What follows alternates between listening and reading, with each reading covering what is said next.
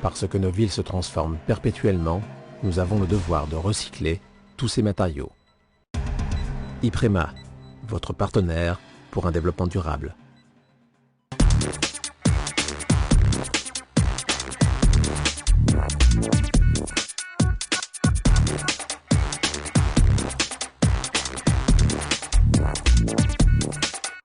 Bonjour et bienvenue dans Équilibre, le magazine de l'environnement et du développement durable. Au sommaire de ce numéro, le maraîcher Robert Pires est notre coup de cœur de la saison. Nous sommes allés une nouvelle fois à sa rencontre pour tirer un premier bilan de son exploitation. Le projet Éco-to-Charge coordonné par Bouygues Énergie et Services étudie le renforcement d'infrastructures pour recharger des véhicules électriques. Le démonstrateur se trouve à Bouygues Challenger. L'eau au golfe national est une question cruciale pour garantir un terrain parfait aux pratiquants.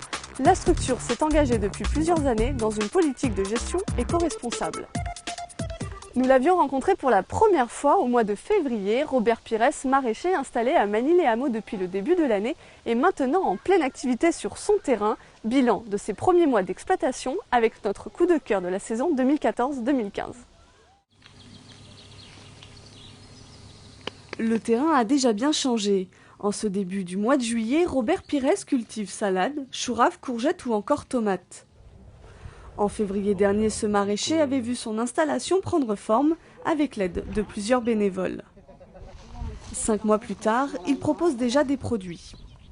Je crois que tout le monde est content. Enfin, moi, en tout cas, je le suis et les retours que j'ai des gens aussi, dans l'ensemble, ils aiment le goût des légumes. Donc ça tient pas à moi. Ça veut dire que la terre répond bien. Ils ne sont pas gros mes légumes parce que j'ai une problématique d'arrosage très limitée, mais du coup le goût lui il est pas mal et on est assez content. Et la quantité, je crois que c'est bien aussi. Actuellement, Robert Pires fournit 2 AMAP, l'une à Magny-les-Hameaux, la seconde dans le 18e arrondissement de Paris. Il livre une 40aine de paniers chaque semaine. Bon, faut être un peu lapin, hein, mais moi j'aime bien. J'ai démarré de manière précaire, on va le dire, pour pouvoir démarrer vite.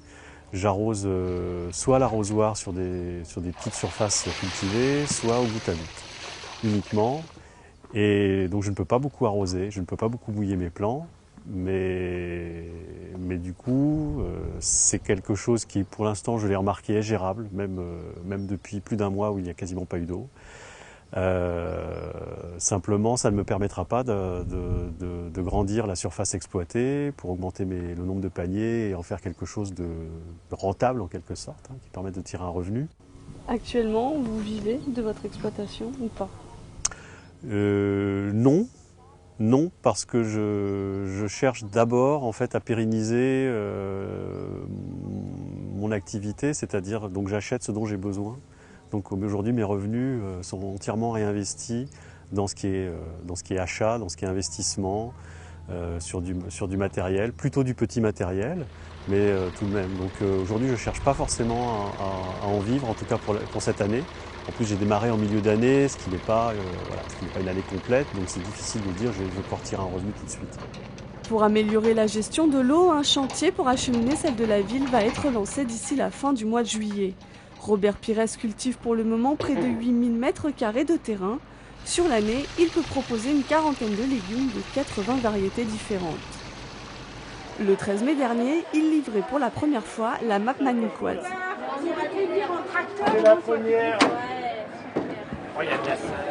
C'est émouvant, il y a quelque chose d'émouvant dans cette première distribution. Parce que les légumes sont là, parce qu'ils sont arrivés, ils avaient même plusieurs semaines d'avance avec la chaleur et je suis très content de pouvoir fournir un beau panier pour cette première distribution aux Amapiens de Magny et de Châteaufort. Une cagnotte solidaire avait été lancée en février par l'association Le Bonheur et dans le pré. 4 600 € ont déjà pu être récoltés. Ce prêt a notamment permis à Robert Pires d'investir dans un tracteur. Dans cette aventure, le maraîcher n'était donc pas tout seul. Un élan de solidarité qui l'encourage à poursuivre son activité. Est-ce qu'on peut dire aujourd'hui que vous êtes complètement épanoui dans cette reconversion? Je me pose pas la question tous les jours, heureusement, mais moi je crois que je suis heureux. Ouais.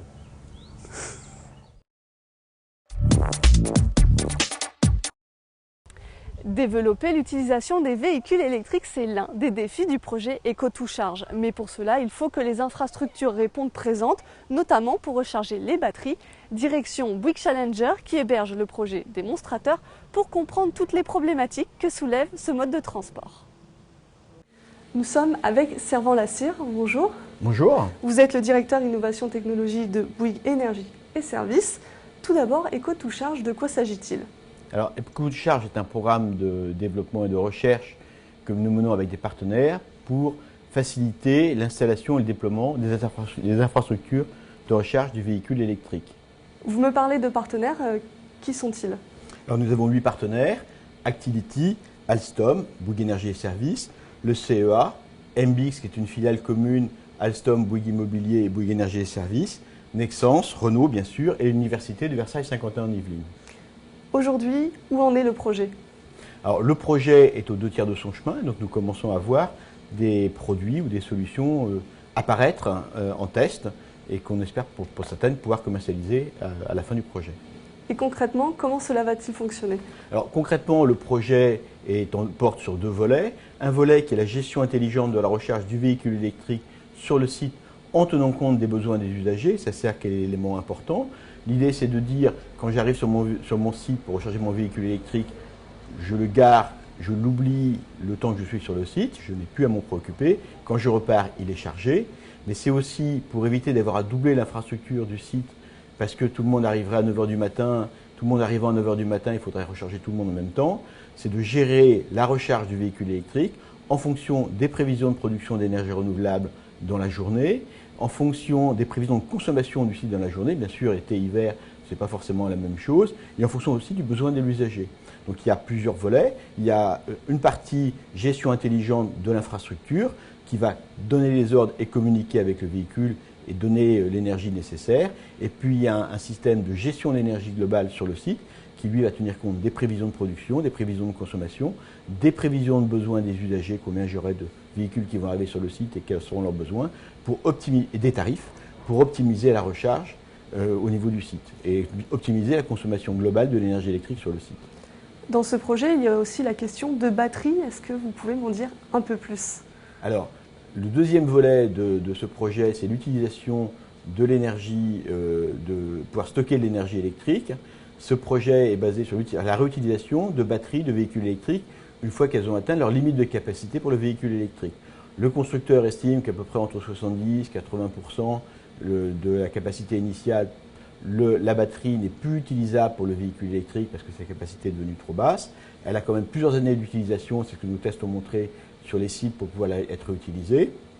L'idée, c'est de dire, je la démonte du véhicule électrique sans avoir à la reconditionner, je l'utilise telle qu'elle, je la mets sur notre système et à partir de là, on peut l'utiliser pour charger et décharger de l'énergie électrique. Donc la batterie est connectée à un système que nous avons développé avec Renault pour piloter la recharge de l'énergie électrique. Au niveau des infrastructures, ça a un coût important pour une entreprise qui voudrait se lancer dedans ? Un coût important, oui et non. Si vous n'avez pas à refaire vos tableaux de distribution et toute votre distribution, le coût est modéré. Il faut quand même acheter la borne, ça fait 1 millier d'euros. Il faut mettre quelques câbles pour l'alimenter. Même avec le système développé par Nexans, ça représente un tout petit peu d'argent. Mais on parle de 1 000 euros par borne, on ne parle pas de 10 000 euros par borne. Par contre, si vous faites toute la distribution et refaire l'abonnement ERDF, ça coûte un peu plus cher. Et dernière question, quand le projet pourrait être mis en service ? Alors, le projet arrive à échéance milieu de l'année prochaine. Bien sûr, il est prévu que très rapidement, des solutions ou des parties de ce projet soient mises en service. Les batteries de seconde vie, nous avons déjà des clients pilotes qui demandent. Elles vont être déployées dans le cadre du projet ICI Grid. Elles sont déployées dans un site ERDF, dans un poste de distribution public. Nous avons d'autres clients pilotes qui voudraient les tester. Elles vont être industrialisées à travers un projet européen que nous avons remporté avec Renault, Nissan et des partenaires européens pour industrialiser le système et le tester dans 6 pays européens. Et puis les solutions de distribution intelligente de l'énergie sur site seront commercialisées très rapidement. Merci, Servan Lassire, pour toutes ces explications. Je vous en prie. Avoir un terrain à la hauteur de la technicité de son parcours est un enjeu pour le golf national. Pour entretenir les 139 hectares de terrain, la structure a adopté depuis quelques années une politique éco-responsable dans la gestion de l'eau, un sujet préparé avec Sephora Namani et Maxime Lemaine. Entretenir le parcours de façon éco-responsable, une priorité pour le golf national. En 2006, la Fédération française de golf a signé une charte avec les ministères de l'écologie et des sports. Elle s'engage à réduire notamment l'utilisation de l'or bleu de 20% par an. La première des choses à faire, c'est de raisonner les graminées qu'on va utiliser, puisque c'est quand même le choix qu'on effectue en amont. Et en fonction des graminées qu'on va amener et implanter sur le site, on n'aura pas du tout les mêmes besoins en eau. Une graminée comme la fétuque qu'on implante dans les roeufs au maximum actuellement est une graminée qui nécessite peu d'eau, alors que les agrostites qu'on peut trouver sur les greens, ou voire même le pâturin annuel et certains raies-gras, sont beaucoup plus voraces ou demandeurs en eau. L'eau est stockée dans des grands bassins. Ils permettent notamment de ramener l'eau à température ambiante. 900 arroseurs sont actuellement en place pour hydrater le parcours. Des travaux de modernisation du système de drainage ont été engagés à l'issue de l'Open de France qui s'est terminé le 5 juillet. Les arroseurs changent, sont de plus en plus performants. On a des têtes de plus en plus petites, avec des jets qu'on peut gérer au mieux pour des brumisations. Et puis du coup, on va pouvoir, via les 2000 arroseurs qu'on va implanter, on va pouvoir procéder à des arrosages beaucoup mieux circonscrits, et donc pour une efficacité accrue et des économies d'eau à terme. Les équipes du golf visent aussi à couper le gazon à bonne hauteur et à l'arroser avec parcimonie. Des techniques suffisamment maîtrisées pour être efficaces sans perturber le jeu des golfeurs. On arrive à un résultat équivalent pour le golfeur. Le golf est tout aussi beau, peut-être différent, peut-être qu'il y a un petit peu plus d'herbe marron ou jaune. Mais ça, c'est en saison d'été uniquement. Dès qu'il repleut, l'hiver, c'est tout vert. Aujourd'hui, 60 000 mètres cubes d'eau sont nécessaires pour arroser les 139 hectares du golfe national. La structure a réalisé une économie de 40 000 mètres cubes par an depuis la signature de la charte. Et comme chaque mois, je vous propose quelques rendez-vous. La Lec de Saint-Quentin en Yvelines vous lance un nouveau défi. Après les éco-gestes, c'est au tour de votre maison d'être sous le feu des projecteurs avec le concours Maison Économe 2015. Les inscriptions se font jusqu'au 14 septembre. Vos enfants ont entre 6 et 10 ans et des envies d'évasion nature. L'île de loisirs propose 2 séjours au mois d'août avec des nuits dans les tipis et les journées consacrées notamment aux soins à faire aux animaux de la ferme pédagogique. Et pour bien finir les vacances, vous pourrez découvrir l'étang de Saint-Quentin en Yvelines en visite commentée en canoë. Ça se passe le samedi 29 août de 14h30 à 17h. Voilà, Équilibre, c'est terminé. Je vous souhaite de passer un très bel été et d'ici là, pensez à faire un geste pour l'environnement.